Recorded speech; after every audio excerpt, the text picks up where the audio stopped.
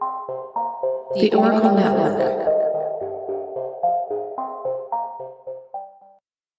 We have an active shooter. We have an active shooter inside the warehouse.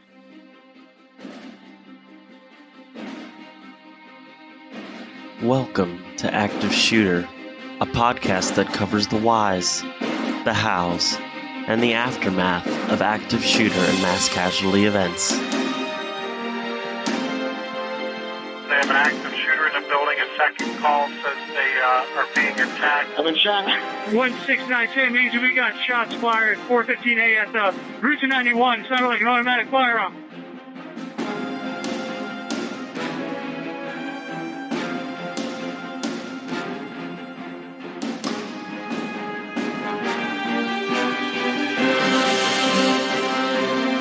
Active shooter. Reports of an active shooter. Active shooter. Active shooter mass casualty incidents.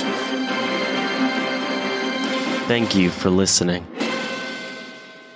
You are listening to Active Shooter, a podcast that may contain adult themes, explicit language, and graphic depictions of violence.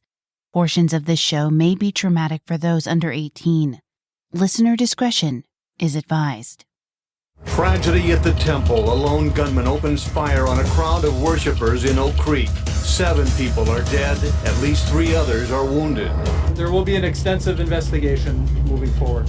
But stories of heroism are also emerging. A police officer takes a bullet before ending the attack. It stopped a tragic event that could have been a lot worse. August 5th, 2012 was a hot day, typical of the Wisconsin summers. The morning hours saw a temperature that was already in the low 70s, and though the sky was partly overcast, the backdrop was a serene, stark contrast to the violence that would shatter a community and an entire town. The city of Oak Creek, Wisconsin, and more specifically, the Sikh temple, was wholly unprepared for the hateful, terroristic crime perpetrated by one man. A man so sick that his actions robbed 7 people of life, injured 4 others, and simultaneously shattered the lives of hundreds, if not thousands of others. This shooting was not like so many others we have covered. Today's case was a classified terrorist attack committed by someone who was filled with a dark hatred that most can never comprehend. August 5th, 2012, changed so many people due to such terror, leaving scars, bruises, and trauma that cuts like a knife. Active Shooter the podcast is a High Five Holly production, and I'm your host, JT. If you've listened to our prior episodes, you know that the Active Shooter podcast team has taken the No Notoriety pledge, and we will not be sharing the real name of the shooters that we cover. We will be giving the shooters a pseudonym and refer to them by that name throughout the episode. This will help in clearing up any confusion in the story, while remaining true to our pledge in not naming the shooter by their actual name.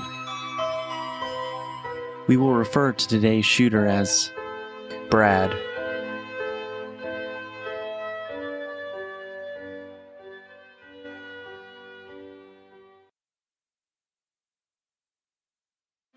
Active shooter. Reports of an active shooter. Active shooter. Active shooter mass casualty incidents.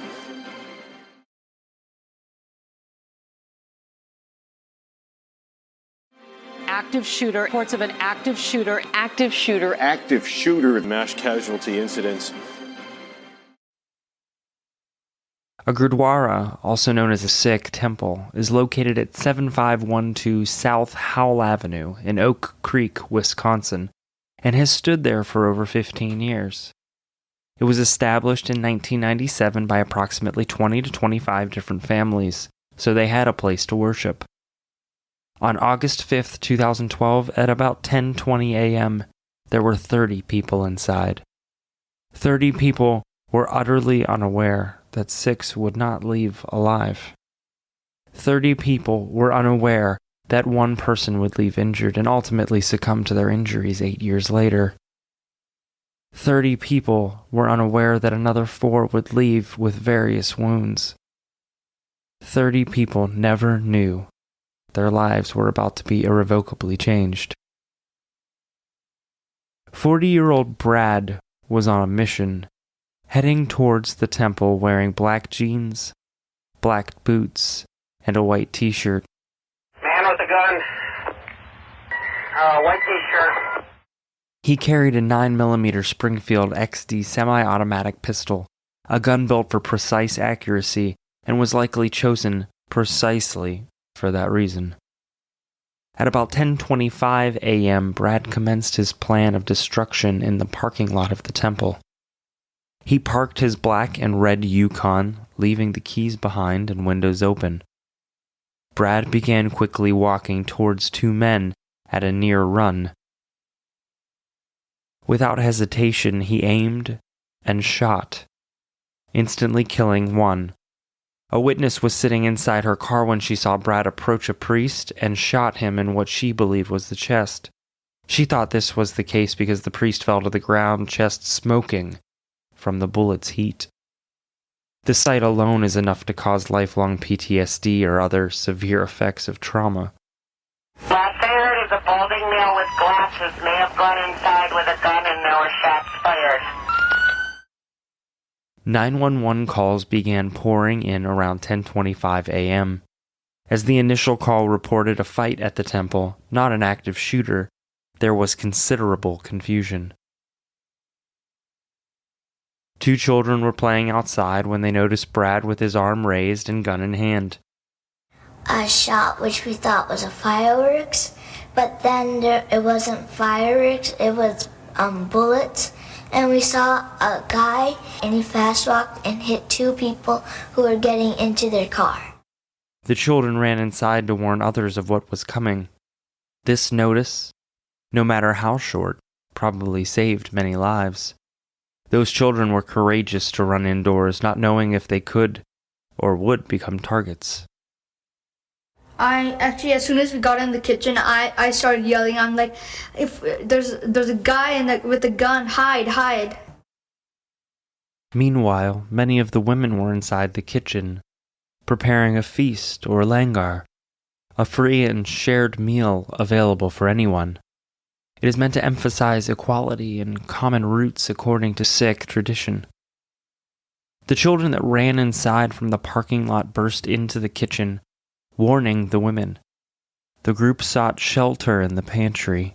We heard firing outside. I brought both kids in my hand. I said, let's go in the pantry. It was a tiny space, certainly not large enough for the 16 women and children hiding there. At the same time, Brad was witnessed entering the temple while carrying his weapon in his right hand and a magazine of ammunition in his left.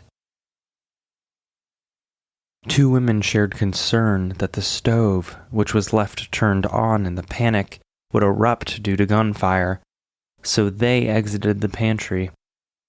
As soon as they did, Brad was there, and he started shooting again, completely unaware that there were 14 apprehensive people inside.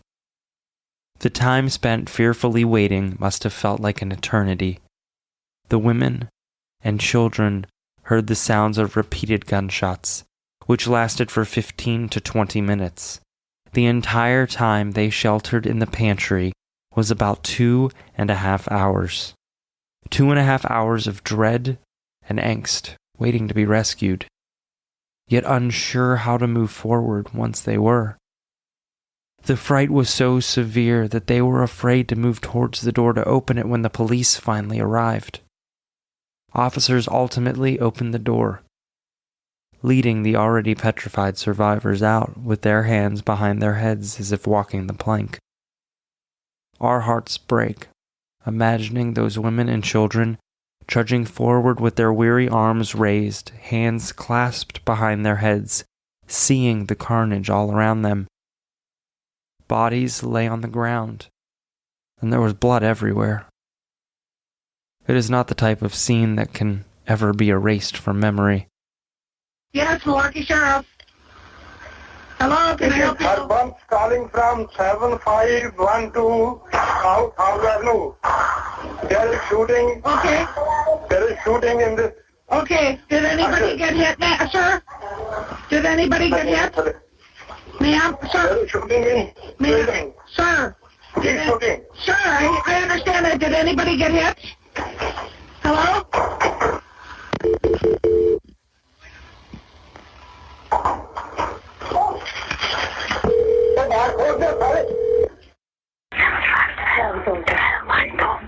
Okay, I can't hear you, ma'am. 7510?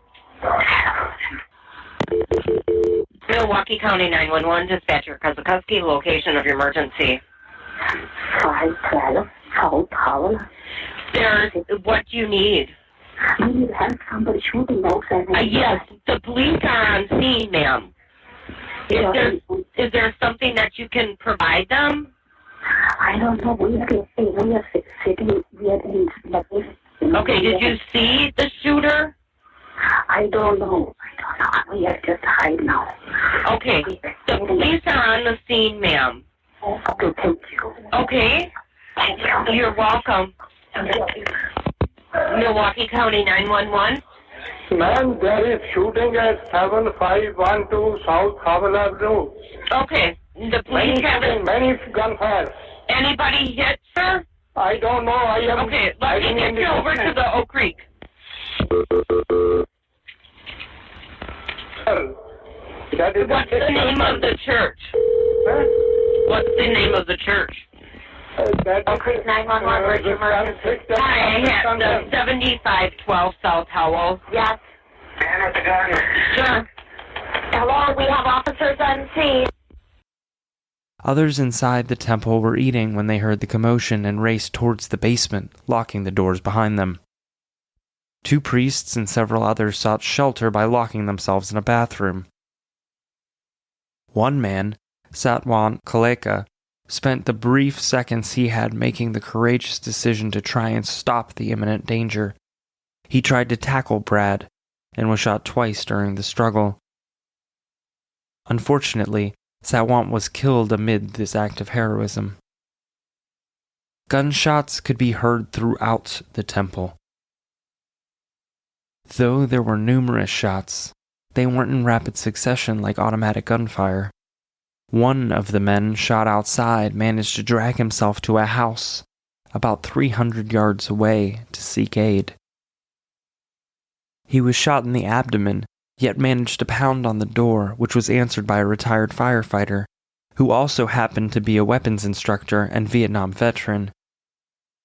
The homeowner ran into his house and immediately instructed this gravely injured stranger to lay down, noting that the man was between 60 and 70 years old, with a gray beard and wearing a white robe stained with the unmistakable color of blood.